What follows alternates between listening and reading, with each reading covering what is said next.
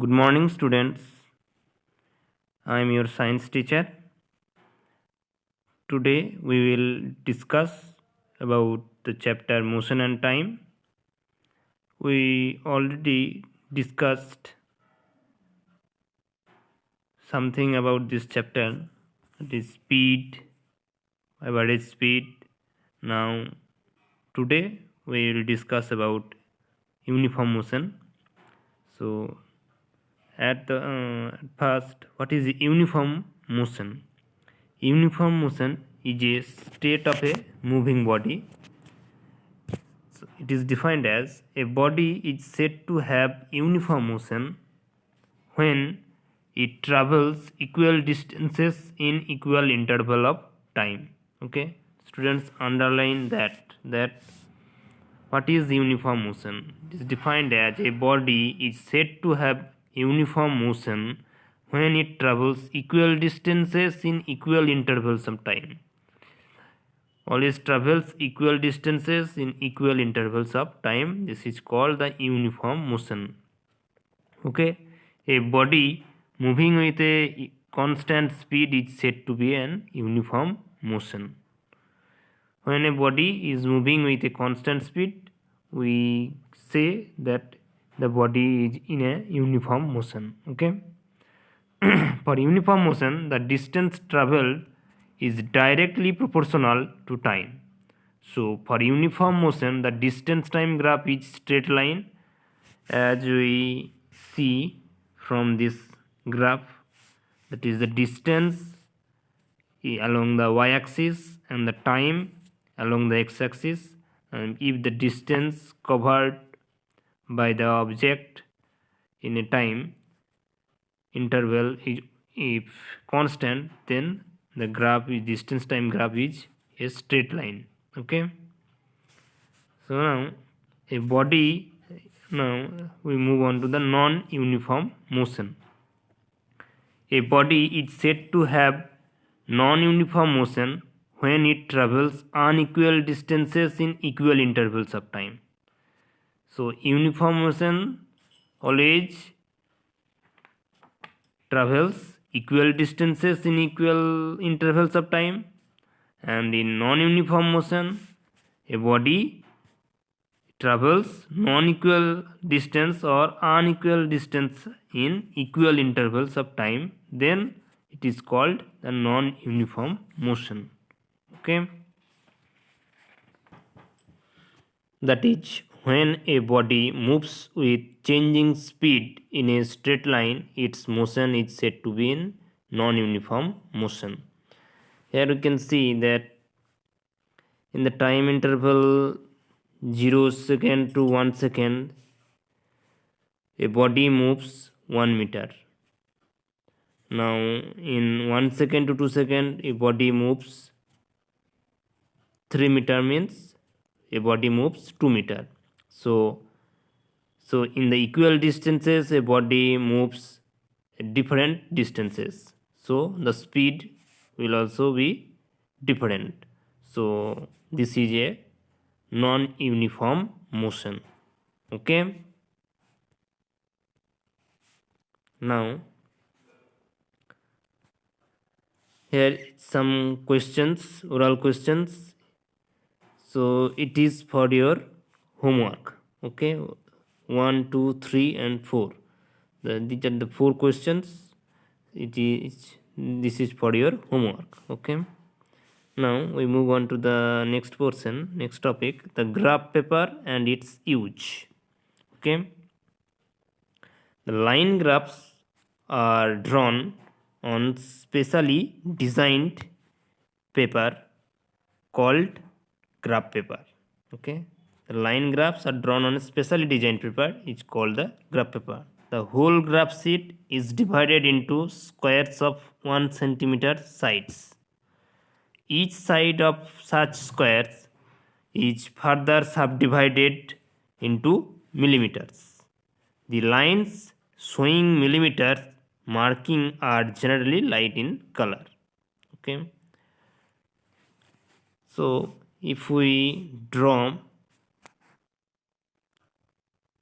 okay, this is x axis and this is y axis, and lines bisecting each other is called the origin.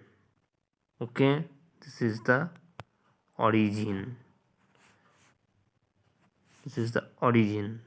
Yes, that point is called the origin. Okay.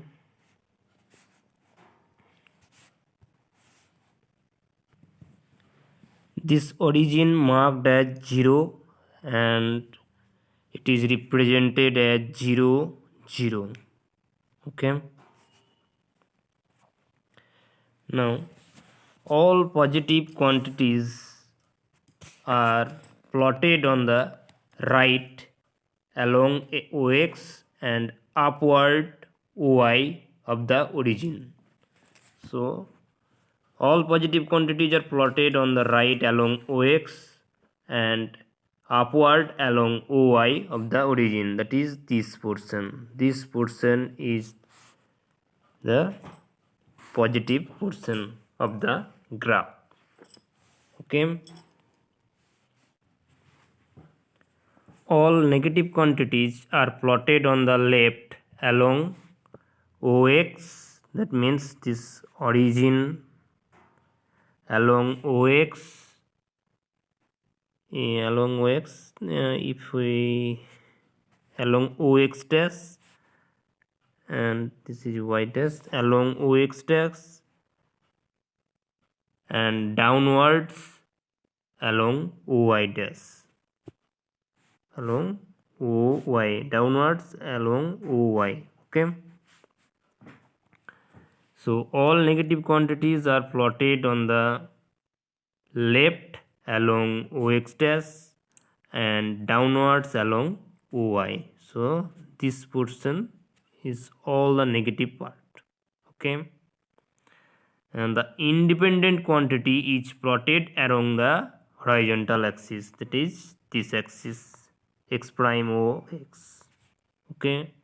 And the dependent quantity is plotted on the vertical axis, this is y prime O y.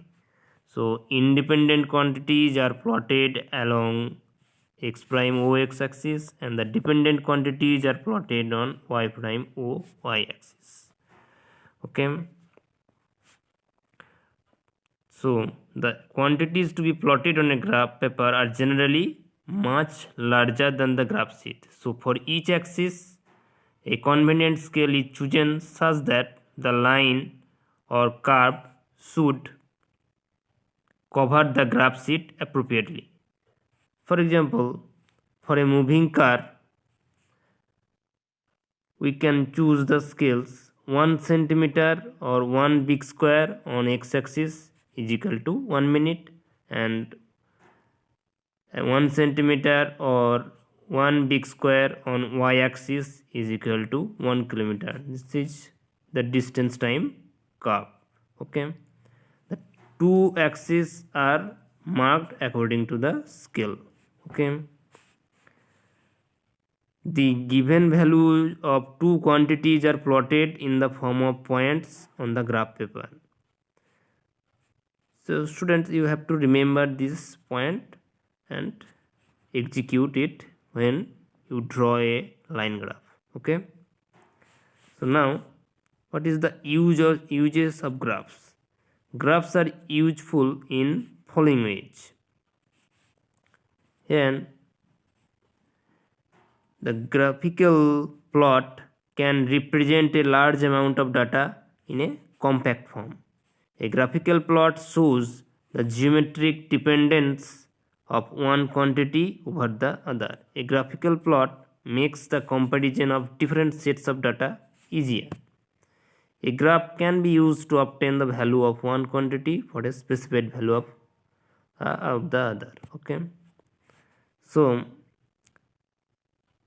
when we present a data, the data can be arranged mainly in two ways, in tabular form and in graphical form. So the data can be arranged in two ways, in tabular form and in graphical form. Okay. Here we describe the graphical method for distance time data. The geometrical relationship between the distance traveled by a body and the time taken is called the distance time graph. There are three types of graph: the bar graph, the pie graph, or you can tell it a pie chart, and the line graph. So basically there are three types of graphs. You have to remember this. Basically three types of graphs are present. These are bar graphs,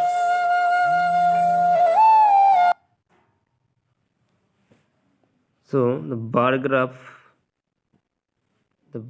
is look like this.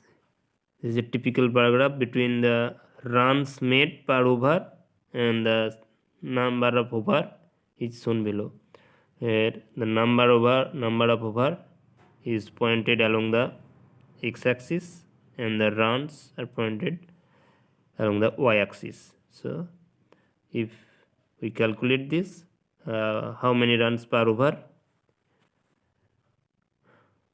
how many runs per over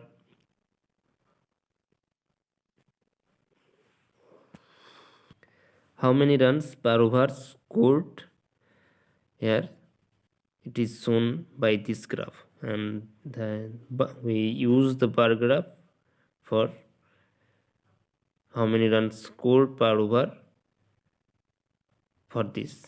Okay, and here the pie graph, the pie chart showing the daily requirements of some vitamins. Okay, here if vitamin E is needed 4 milligram per day and vitamin D is needed 0.7 milligram per day, and vitamin B or vitamin C is needed 25 milligram per day. So in this chart we can show that the vitamins needed daily or monthly or weekly. Okay, and the next type of graph is the line graph. The graph drawn on the Cartesian axis is called the line graph. A line graph is shown this type of, where the distance covered by a bus in each minute is shown by this line graph. So these are the three types of graph. One is the bar graph, and the other is pie graph, and the third one is the line graph. Okay, so now we are seeing some other distance time graphs. When the speed of an object is not uniform during the course of its motion, the distance time graphs are different from that shown above. Some typical distance time graphs shown here, where the speed is not uniform. That means speed changes with the equal interval of time. So if the speed varies in equal interval of time, this is called the non-uniform motion, and for this graph is obtained. Okay,